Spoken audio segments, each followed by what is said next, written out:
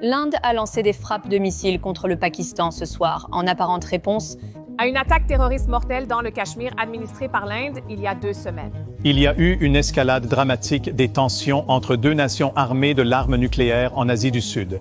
Le Pakistan a accusé l'Inde d'avoir déclenché un incendie dans la région en tuant au moins 26 personnes lors d'une série de frappes de missiles et de tirs. Le conflit ce soir au pire niveau des 3 dernières décennies. Les craintes maintenant sont qu'il soit au bord d'une guerre totale. La Chine est extrêmement en colère contre l'Inde, et cette fois ce n'est pas à cause du déménagement de l'usine Apple. Non. Cette fois c'est à propos des armes chinoises. Vous voyez, l'armée indienne vient de publier un rapport public disant qu'ils ont réussi à contourner les défenses aériennes chinoises et à cibler les bases aériennes pakistanaises en toute impunité. Ce n'est certainement pas une bonne nouvelle pour l'armée chinoise ou l'industrie de la défense chinoise. Et c'est pourquoi le Parti communiste chinois est très en colère. Les récents affrontements ont révélé les systèmes de défense aérienne chinois, tels que le HQ-9 et le HQ-6. Fabriqués en Chine et exploités par le Pakistan, les deux ont des origines similaires. Ce sont des copies des systèmes russes S-300 et S-400. Les machines chinoises sont modélisées sur celles-ci. Les experts en défense les décrivent souvent comme des copies moins chères. Mais ils se sont avérés très coûteux pour le Pakistan, car ils ont échoué. Les forces indiennes ont franchi ces défenses chinoises la semaine dernière. Au moins 3 emplacements ont été compromis, Lahore, Chaklala et Sialkot. Dans chaque cas, les systèmes de défense aérienne chinois ont été neutralisés par l'Inde, ce qui soulève de sérieuses questions sur leur performance dans le monde réel. La réaction du marché était prévisible. Ils espéraient des bénéfices d'une hausse des ventes. Au contraire, ils sont minutieusement examinés suite à un désastre. Quand une arme échoue, les dégâts sont à la fois tactiques et nuisent à la réputation. Ici, il est clair que la Chine a beaucoup de travail à faire. Ce n'était pas seulement les défenses aériennes chinoises, même les missiles chinois ont échoué. Mais nous y reviendrons dans un instant. Comme vous le savez, les sujets de guerre ne sont pas vraiment favorisés sur YouTube parce que la guerre est dangereuse et ce n'est pas favorable aux annonceurs. Donc, si vous pouvez nous rendre un grand service en appuyant sur le bouton j'aime et en vous abonnant, cela nous aide vraiment à faire ces vidéos dont YouTube n'est pas fan. Pour ceux qui ont manqué ce conflit, voici un bref résumé. Tout a commencé le 22 avril, lorsqu'un groupe terroriste basé au Pakistan a mené une attaque mortelle en Inde. L'Inde a promis de riposter, et 2 semaines plus tard, le 7 mai, cette riposte est arrivée. Le 7 mai, l'Inde a détruit 9 camps de terroristes à l'intérieur du Pakistan. Ces camps étaient liés à des groupes comme Justice et Égalité Mouvement, et Lashkar-e-Taiba, surnommé Opération Sindur. L'offensive indienne impliquait 90 avions, y compris des jets Rafale, armés de missiles de croisière, systèmes de croisière autonomes à longue portée de Matra et de bombes planantes, armement air-sol, modulaire HAMMER, aux côtés de missiles de croisière supersoniques, BrahMos, munitions Sky Striker Lockering. Les frappes ont détruit les camps, marquant une forte déclaration contre le soutien présumé du Pakistan au terrorisme. Le Pakistan a nié les accusations, mais la destruction a laissé son réseau de proxy en lambeaux. La partie la plus choquante de tout cela a été lorsque des funérailles ont été organisées pour ceux qui sont morts dans cette frappe. Aux funérailles, des officiels militaires et des fonctionnaires pakistanais étaient aux côtés d'un terroriste désigné par les États-Unis. Vous voyez cette personne en blanc qui se tient au milieu ? Ce garde-là, c'est Hafiz Abdul Rauf. C'est un terroriste mondial et recherché par les États-Unis pour avoir tué 160 personnes, dont de nombreux citoyens américains. Vous pouvez penser qu'avec le monde entier qui porte attention au Pakistan, l'armée pourrait demander aux terroristes qu'elle a longtemps nourris de se faire discret pendant un moment. On pourrait croire qu'elle dirait au minimum à ses soldats en uniforme de ne pas prier aux côtés de terroristes mondiaux désignés par les États-Unis. Mais non. Et lorsque vous demandez aux responsables pakistanais pourquoi ils continuent d'abriter des terroristes, et pourquoi les terroristes ont des rôles si importants dans les sociétés pakistanaises, eh bien, ils rejettent la faute sur les États-Unis. Écoutez vous-même les propos du ministre de la Défense actuel du Pakistan il y a 2 semaines. Les choses se sont calmées, puis maintenant, à nouveau. Vous admettez donc que le Pakistan a une longue histoire de soutien et de formation de groupes terroristes et de financement de ces organisations terroristes.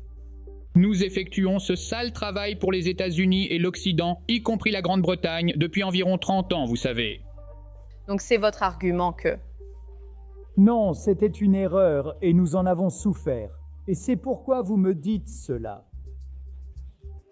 Si nous n'avions pas rejoint la guerre contre l'Union soviétique et plus tard la guerre après le 11 septembre, ce bilan du Pakistan n'était pas un bilan irréprochable. Je ne sais pas pour vous, les gars, mais je pense que la guerre contre l'Union soviétique est terminée. Et la guerre du 11 septembre est terminée. Il est absurde que le Pakistan continue d'abriter des terroristes. Mais de toute façon, après que l'Inde a éliminé 9 camps de terroristes le 7 mai, le Pakistan a riposté en envoyant des centaines de drones à l'intérieur de l'Inde. C'est à ce moment que la guerre a atteint un autre niveau. Parce que l'Inde a riposté en éliminant les défenses aériennes et les radars fabriqués en Chine à l'intérieur du Pakistan. Le jour suivant, l'Inde a accentué sa campagne en visant les défenses aériennes pakistanaises à Lahore. En utilisant des frappes de précision, les forces indiennes ont détruit des systèmes fournis par la Chine, y compris des batteries de défense aérienne Headquarters, 16 et une installation radar, essentielle à la capacité du Pakistan à surveiller et à contrer les menaces aériennes.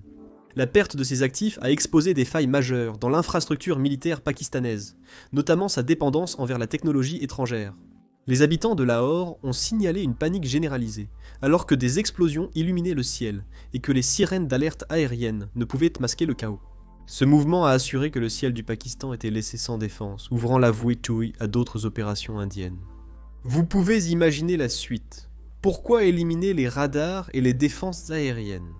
Pour entrer et causer de réels dommages. Donc, le 9 mai, l'Inde est intervenue à nouveau et a aplati 11 bases aériennes pakistanaises avec leurs missiles.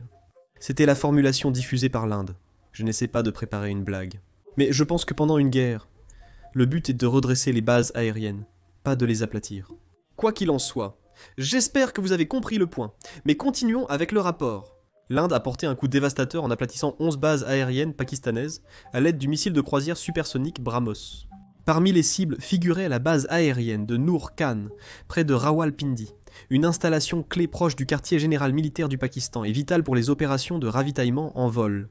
D'autres bases comme Rafiki à Sorkot et d'autres sites stratégiques ont également été touchés par une combinaison de missiles BrahMos, HAMMER et SCALP, lancés depuis des avions Rafale. L'envergure de l'opération a éclipsé les frappes initiales, paralysant l'armée de l'air pakistanaise et stupéfiant sa direction militaire. La précision et la puissance de feu de l'assaut de l'Inde ont souligné la disparité technologique et stratégique entre les deux nations. C'est maintenant ici que le Pakistan riposte à nouveau contre les défenses aériennes indiennes, mais ils utilisaient des missiles fabriqués en Chine. Les choses ne se sont pas passées comme prévu. Voici plus de détails. Une préoccupation majeure est de savoir comment les armes chinoises, en particulier le missile PL-15, ont performé lors de leur première utilisation au combat la semaine dernière. Le Pakistan a tiré plusieurs PL-15 chinois sur l'Inde, mais aucun n'a atteint sa cible, presque tous ayant été interceptés par les défenses aériennes indiennes. Plusieurs morceaux du missile chinois ont atterri sur le sol indien. Au moins dans un cas, un missile entier est descendu presque intact. Il a été trouvé dans l'État indien du Punjab. Vous pouvez voir les images. C'est un État frontalier dans le nord de l'Inde. Et depuis lors, des débris de missiles ont été récupérés à plusieurs endroits en Inde. De nouvelles photos sont publiées presque quotidiennement, montrant l'arrière du missile et sa section de guidage. Encore une fois, ces pièces semblent intactes, comme si le missile n'avait jamais explosé. Cela pourrait avoir plusieurs explications. Peut-être que les pilotes pakistanais n'ont pas tiré correctement le missile, ou que le missile a perdu de la puissance, ou qu'il a été abattu, ou qu'il a simplement manqué la cible. Quelle que soit la raison, le résultat a été le même. Les missiles se sont avérés être des échecs. Ils sont tombés au sol, quasi intacts. C'est une très mauvaise publicité pour le fabricant. Ces images circulent partout dans le monde. Cela dissuaderait probablement les clients de la défense chinoise. Qui achèterait une arme qui ne fait pas son travail? L'épave, désormais aux mains des autorités indiennes, est un atout précieux pouvant révéler des détails clés sur la portée, la conception et les vulnérabilités du missile. Cela peut aider l'Inde à développer des contre-mesures et révèle les faiblesses de l'ennemi. Les agences de renseignement y gagnent beaucoup, mais c'est un revers stratégique pour la Chine. C'est ici que les choses, quand deux ont commencé à devenir folles, car aucun des deux côtés n'a vraiment produit de preuves de ce qu'ils étaient en train de faire ou des dégâts qu'ils causaient, mais ils revendiquaient de grandes victoires. Les médias pakistanais prétendaient avoir abattu 5 jets indiens, mais ils n'ont partagé aucune preuve et lorsqu'on leur a demandé des preuves, ils ont dit de vérifier les réseaux sociaux. Nous savons qu'au moins un jet indien a été abattu, mais nous n'avons toujours pas de confirmation de la part des Indiens. L'Inde a perdu des avions de chasse lors du conflit avec le Pakistan. Le Pakistan prétend avoir abattu 5 avions et un drone indien, mais l'Inde affirme qu'il n'y a aucune preuve pour étayer ces allégations. Pouvez-vous donner plus de détails? Est-ce la seule réponse que votre porte-parole de l'armée a menacée ou d'autres actions sont-elles prévues? Commençons par cette allégation très spécifique de 5 avions de chasse abattus. Où sont les preuves de cela, monsieur? C'est partout sur les réseaux sociaux indiens, pas sur nos réseaux sociaux.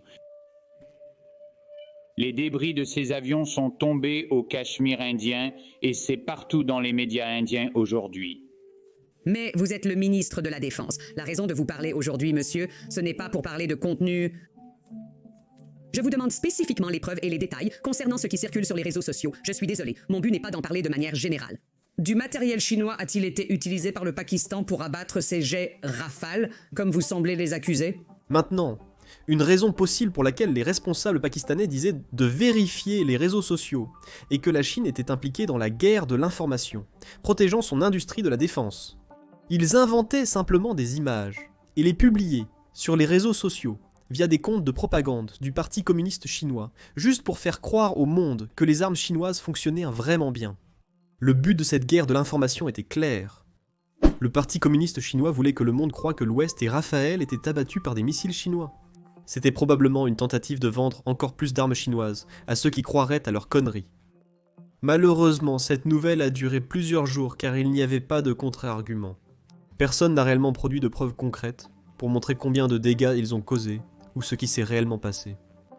Jusqu'à il y a quelques jours seulement, c'est à ce moment-là que l'Inde a partagé des images satellites de tout ce qu'ils ont suivi, que les forces indiennes ont détruit à l'intérieur du Pakistan. Voici les détails à ce sujet. Ceci est le radar monté sur une Art Tour. Et après la frappe, voici ce qui s'est passé. Ce radar a été détruit, complètement brûlé. Voici la diapositive suivante. Le radar de défense aérienne de Chunya détruit les 7 et 8, c'est le site du radar. Une photographie agrandie, encore une fois, sur une tour pas très claire. Mais ce que vous voyez très clairement, c'est l'effet secondaire après que nous avons frappé. Le radar. La tête a été complètement décapitée. Diapositive suivante, radar de défense aérienne d'Arifwala. Dans ce complexe, vous voyez à quoi il ressemblait d'avant, image agrandie et après vraiment explosé. Nous arrivons maintenant à l'aérodrome de Sargodha. Rappelez-vous, c'est l'un de leurs aérodromes importants où ils ont beaucoup d'actifs, des F-16, d'autres actifs qu'ils continuent à obtenir des instituts de formation. Et nous avons frappé cet aérodrome. Et si vous zoomez ici, alors un point d'impact ici sur la piste et le deuxième point d'impact de notre arme de précision sur la piste. Et si vous voyez ces réparations en cours suite à l'explosion, c'est pareil ici. Ensuite, Ramir Khan, c'est la zone que nous avons frappée. C'est exactement quand le monde a vraiment réalisé à quel point les armes chinoises probablement sont mauvaises, comme nous aimons les appeler les armes Temu. En fait, avant que cette guerre ne commence, nous avions invité l'ancien Navy Sea, Air and Land Chuck Farr sur notre émission pour décomposer exactement comment l'armée chinoise et les armes chinoises se comparent à leurs homologues américains. Dans cette guerre, la majorité des technologies chinoises employées concernaient la défense et la puissance aérienne. Alors regardons ce segment de notre émission. L'armée de libération du peuple mise sur la furtivité et la puissance de feu à longue portée pour défier la supériorité aérienne américaine. Le nouveau Chengdu J-Winged Mighty Dragon est un chasseur furtif de 5e génération. Il se vante d'un rayon de combat de 2000 km et d'une peau évitant le radar. Mais pour dueller avec des F-22 dans des affrontements au-delà de la portée visuelle, le verdict est encore en suspens. Son missile Air-Air PLA-15, s'étendant de 200 à 300 km, dépasse en théorie l'AIM-120D Advanced Medium Range Air-to-Air missile américain, mais représente une menace pour les Airborne Warning and Control System et les pétroliers américains. Ce sont les lignes de vie aériennes de toute force aéronautique. Pour les combats rapprochés, la PLA utilise le missile PL 10 avec une portée de 20 km et ce chercheur de chaleur correspond à l'AIM-9X avec des astuces à haute déviation. Lors de missions de frappe, le missile anti-navire Yeji-12 de la Chine avec une portée de 400 km à Mach 3 et son missile de décalage KD-88 permettent au Jiving de menacer les navires ou bases américains comme Guam de loin. Ensuite, sur la voie de circulation se trouve le Shenyang J-16, un chasseur multirôle de 4e génération et demi. Il a un rayon de 1500 km et peut lancer des PL-15, des PL-12 et une grappe complète de munitions d'attaque au sol. Son radar Agence spatiale européenne et son kit de guerre électronique en font un combattant polyvalent, prêt à contester les cieux au-dessus de Taïwan ou des îles Spratly. Mais les moteurs du JV, le WS-10C et le prochain WS-15 ont tendance à tousser et ils manquent à la fois de fiabilité et de la capacité à propulser l'avion à des vitesses de supercroisière. Avec seulement 200 avions en service, sans aucun historique de combat, cet avion reste plutôt un concept non prouvé qu'une menace de première ligne. Et son homologue J-16 n'a pas de furtivité, ce qui en fait une cible facile pour les F-35 américains. Les pilotes chinois manquent d'heures de vol et d'expérience de combat. Pensez à Nuggets et aux nouveaux, pas aux As. Le PL-15 n'a jamais été testé contre le brouillage américain et l'armée de l'air du peuple n'a jamais combattu dans une véritable guerre aérienne. L'armée de l'air américaine, en revanche, est aguerrie et habile. Elle pourrait probablement déchiqueter l'armée de l'air de la PLA dans un combat aérien,